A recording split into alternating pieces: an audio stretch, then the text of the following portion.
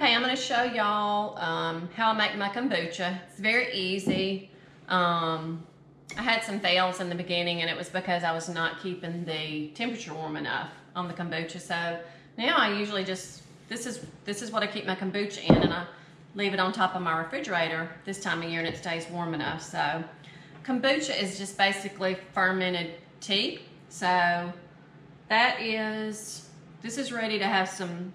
I've already racked the kombucha off of this, and this is ready to have some more kombucha started. So this is the mother, or the SCOBY, this big old nasty looking thing that looks like snot. That's where the magic is in the kombucha. That's actually what's going to ferment this sweet tea that I'm going to put on there. And make some more kombucha for me. So I usually store my kombucha in some old wine bottles. I usually make about 4 of these a week. Okay, so you don't really need a lot of tools to make kombucha. You need tea bags, you need sugar, you need the SCOBY. My sister gave me the SCOBY, the mother. She already had that. She ordered it, I think she ordered it off the computer, and they had it mailed to her. So I usually boil my water to make my kombucha just to get the chlorine off. Quit messing with me over there. Off. I don't know if those are called. I just put them in there. Action.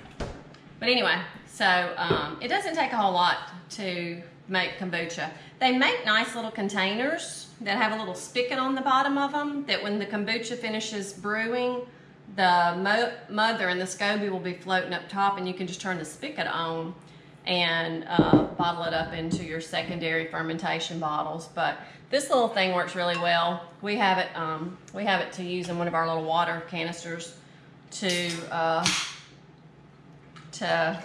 get water out of the spring water. So, this is ready.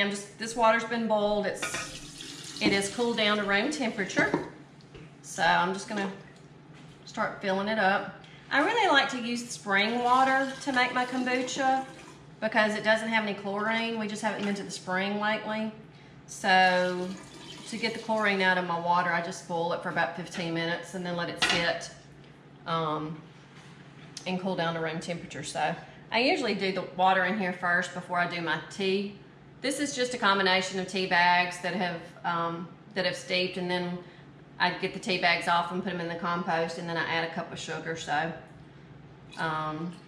this is what the SCOBY will ferment and turn into more kombucha. So then I just finish topping it off. So you're supposed to take this mother's going to make another SCOBY, which with each brew it will make another little SCOBY. I haven't been taking the SCOBY out. I really need to do that. I'll show you what it looks like in this container.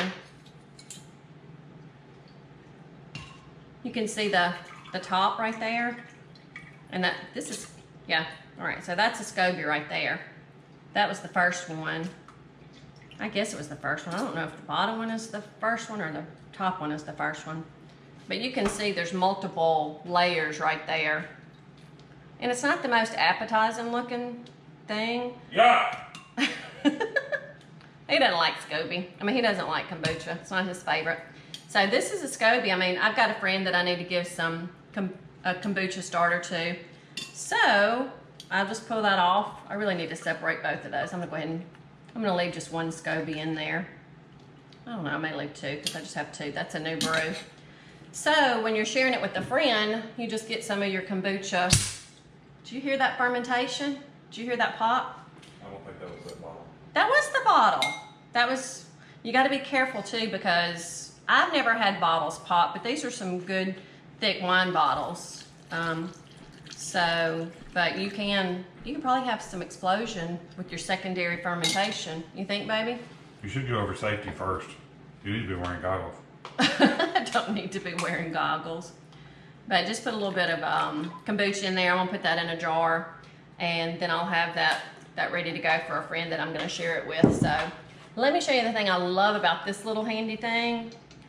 I can put it down in my, of course this is not really ready for bottling, but I'm gonna show you for demonstration purposes.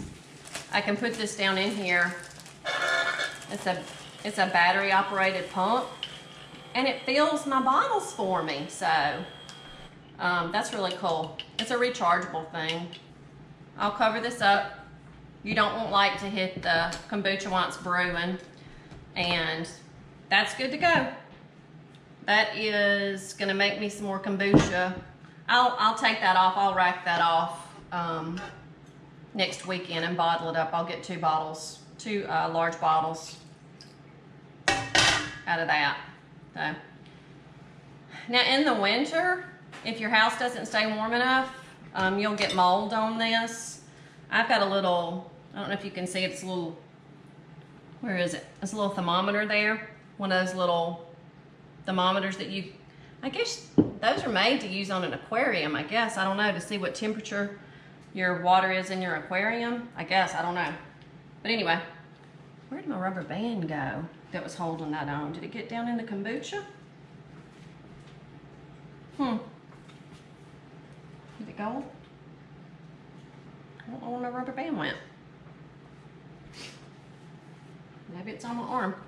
Okay, but anyway, I just cover that up so light won't touch the kombucha, and so no insects can get in there. And that's all you do. That's all you need to do. So after a week with the mother, the SCOBY, fermenting the sweet tea, then I'll be ready to go, and I'll put it into the wine bottles for secondary fermentation. You're supposed to leave them in there, I don't know, supposed to leave them in there a week or so, probably fermenting, but I usually start using it, you know, about the time I brew up some new kombucha, and it's time for me to have some more for my breakfast smoothies. These actually have little scobies growing in them, so when I'm pouring it up, sometimes you'll get a jellyfish looking thing in your glass. Yeah. Yeah, I mean, it tastes like, it doesn't taste like anything. It tastes like kombucha. It's kind of like snot when you swallow it. So, and then when I put in my breakfast smoothies, I just blend it up, so it's fine. It's fine, it's fine. It's full of probiotics. It's good for you, baby. So, but anyway, that's how I make my kombucha. The only problem I've ever had is mold growing on it, and that's because it was too cold. So if it's too cold, you're gonna grow mold. It needs to be 70, 72 degrees. You know, mine ranges anywhere to 70 to 74 degrees, depending on how hot it is. So you don't want to get down into the 60s, I don't think, because then you'll get mold. So it's full of probiotics. It's cheap to make at home. It cost me 4 or 5 bags of tea and a cup of sugar. I use black tea, and then I usually do the majority black tea. Put, I don't know, 6 or 7 of those in there. These are little tea bags. If you have the family tea bags, you don't have to use as much.